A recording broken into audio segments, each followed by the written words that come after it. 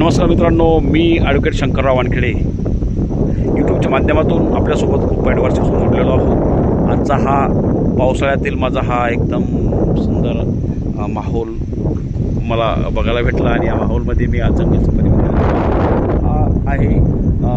खाली दिसतोय आपल्याला पलीकडे ते आहे ते सोयगाव तालुका आहे आणि मी इथं आहे. डोंगरदरी आहे खूप मोठी. तर डोंगरदरीच्या वर करून एकदम मस्त माहोल उभा राहिलेला आहे. या ठिकाणी जे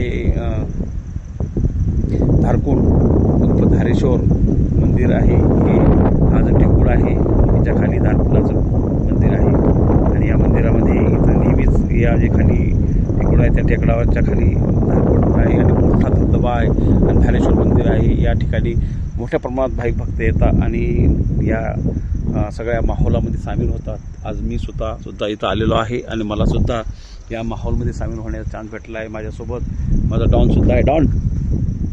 डॉनसुद्धा माझ्यासोबत आहे आणि इतकं सुंदर माहोल आलेलं आहे.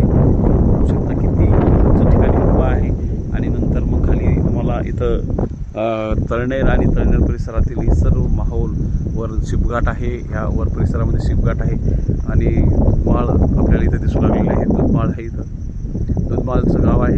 बऱ्याचशा इथे आजूबाजूला हिवरावाडी आहे, तिकडं पुढं करंजखेडा आणि इकडं मनोटी पळशिकिनी वगैरे हा एरिया आहे आणि इथं घाटचेंद्रा चिंचोली तळनेर असा हा परिसर आजूबाजू परिसरामध्ये आहे. त्या परिसरामध्ये मी उंच घाटावर आहे आणि खाली खानदेश आहे. त्या खानदेशमध्ये आपल्याला हा सगळा माहोल पाहायला भेटू लागलेला आहे.